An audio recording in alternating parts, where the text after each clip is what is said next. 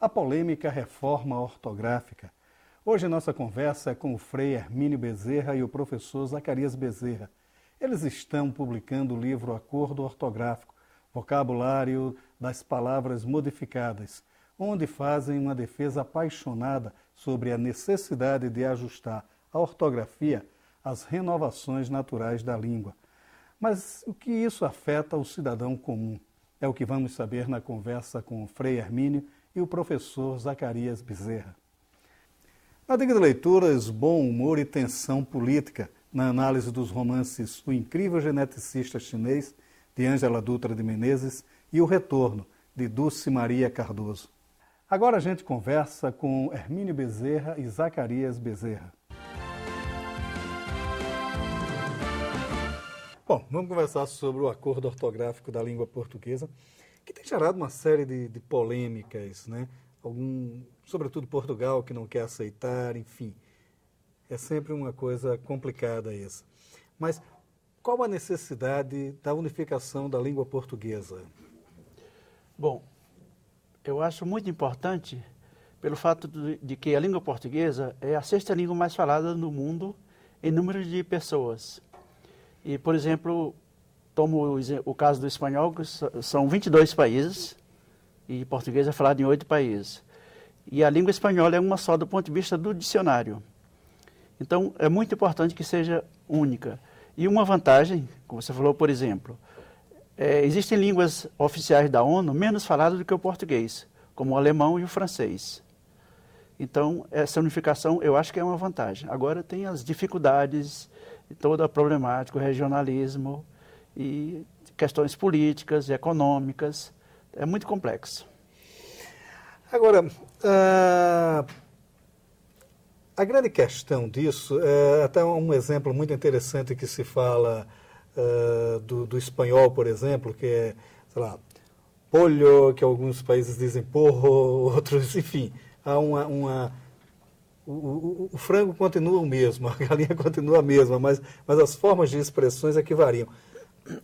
Esse acordo seria para a unificação do ponto de vista ortográfico, meramente ortográfico?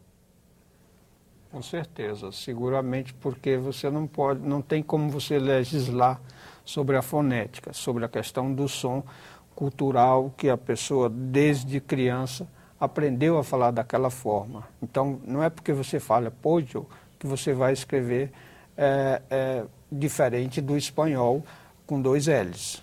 A escrita é a mesma, mas a pronúncia, obviamente, ela poderá ser diferente. Então, com a língua portuguesa é o mesmo caso. Então, há uma polêmica com relação, por exemplo, ao acento. Eles criaram um acento duplo de forma desnecessária, porque o português, ele tem a pronúncia aberta, homônimo, antônio, então eles querem que o acento seja agudo. Já nós brasileiros falamos homônimo, antônimo e o acento circunflexo. Então, eu acho que seria simples deixar, ou até decidir, talvez até no par ou ímpar, não sei, que acento seria, e cada um pronuncia como quiser, né? Sem necessariamente, imagine se os sul-americanos fossem escrever pollo com J ou, sei lá, com a letra equivalente, né? Então, é o mesmo caso. Agora, o livro de vocês, né, o Acordo Ortográfico, ele busca basicamente como de se enquadrar em toda essa questão? Bom, o livro ele surgiu de uma questão prática, ou de uma realidade prática. Eu sou religioso capuchinho e trabalho em Roma há 5 anos como tradutor e também redator para a língua portuguesa de tudo que a ordem publica para o mundo. Isso tive uma necessidade pessoal de aprender o acordo.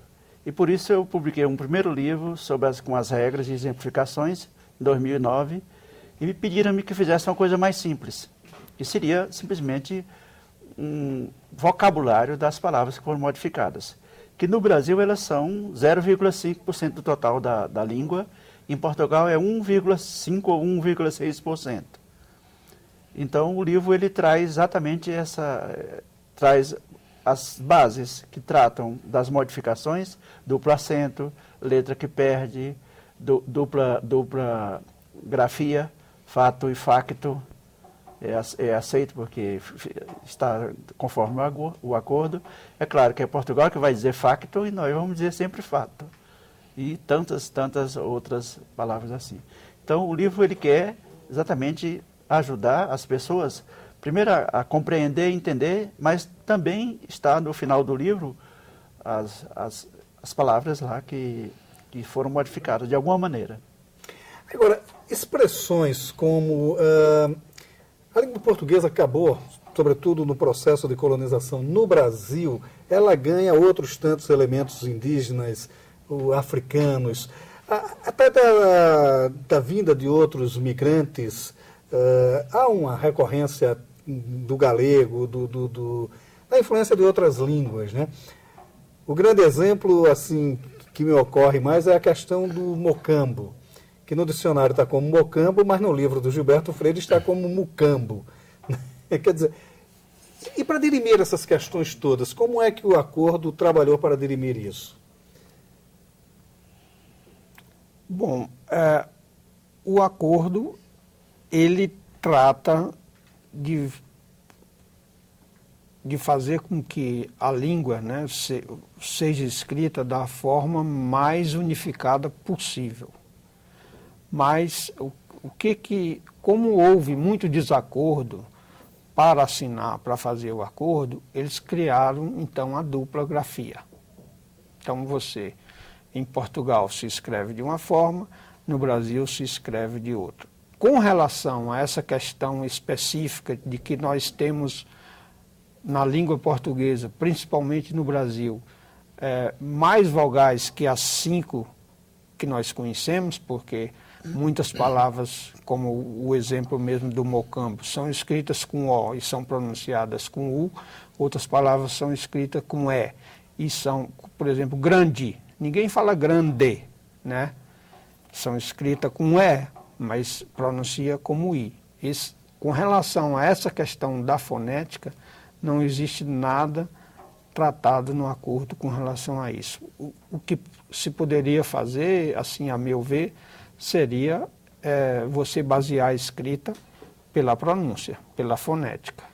Mas uns querem que a escrita tenha como base a etimologia e outros aceitam que a escrita seja feita pela fonética, mas não há nenhum acordo, nenhum consenso com relação a essa parte.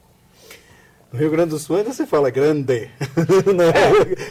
Nós temos ainda, né? No Rio Grande do Sul, mas você vem mais para o norte, para o nordeste. Aí já... E há as diferenças, no próprio Ceará você tem o Cariri, pronuncia de uma forma mais parecida com a Paraíba, e já mais para o centro, para o norte do estado, você já pronuncia de forma diferente as palavras. Então é muito difícil você legislar com relação a isso. Você criar uma legislação para determinar que vai ser dessa forma, porque você agrada um e vai desagradar a outros.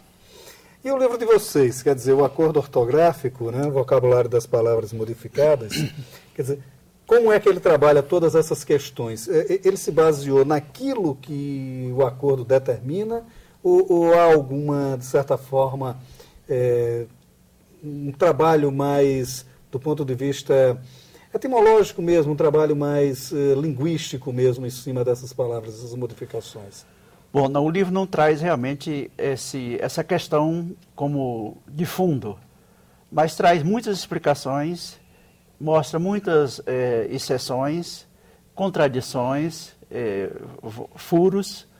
O fato é que a língua ela pode ser organizada na sua escritura pela etimologia ou pela fonética, como falou Zacarias. E o acordo optou, depois de muitas discussões, por um sistema que eles chamam de misto. Mais do que misto, é misturado e confuso, porque não tem lógica. Por exemplo, as palavras elétrico, que contém elétrico e eletricidade, são mais de 100 palavras, 3 têm forma única, elétrico, E todas as outras, 97 aproximadamente, tem elétrico-elétrico, forma dupla. Então tem muitas contradições. O livro foi organizado de uma maneira moderna, está como links, chamadas, curiosidades, notas ao lado, e as notas trazem esses numerosos casos de contradição e de dificuldade. E a questão do sentido, quer dizer, do fonema mesmo, porque é um negócio interessante. O senhor fala de elétrico. Bom, elétrico em Portugal é bonde, né? Quer dizer, há essas questões também, né? Essas particularidades. Zacarias, como é que mais ou menos o livro chegou ou não se prendeu a essas questões mais específicas?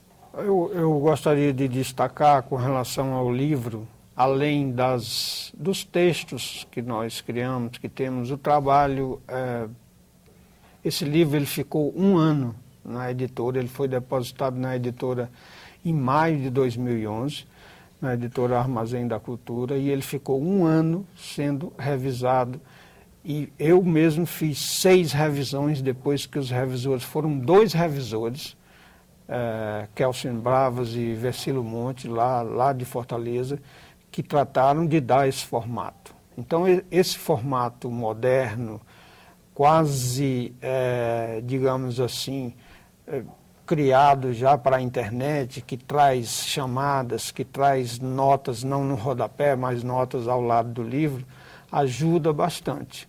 Né? Com relação a essa questão de opinar, de dar opinião, se é certo ou se é errado, a gente mostra as divergências que aconteceram, a gente mostra as falhas, os problemas que o acordo apresenta com relação a essa questão da duplicidade. O hífen, por exemplo, a parte mais polêmica do acordo, tanto é que ele é objeto de 3 bases das 21 bases do acordo. Então a gente traz tudo isso minuciosamente com exemplos e mostra quase 100%, a gente não pode dizer 100%, porque a língua é dinâmica, está sempre sendo criadas novas palavras, das palavras que sofreram modificações, ou porque tinham hífen e agora não tem mais, ou porque não tinham hífen e agora tem, ou porque tinha a letra muda, o C ou o P muda e agora não tem mais, ou continua, ou você tem as 2 formas. Então, a gente procurou trabalhar junto com a editora, esse formato para facilitar a vida de quem precisa estar com a cabeça embaralhada com relação ao acordo e precisa fazer uma consulta rápida e certeira, digamos assim.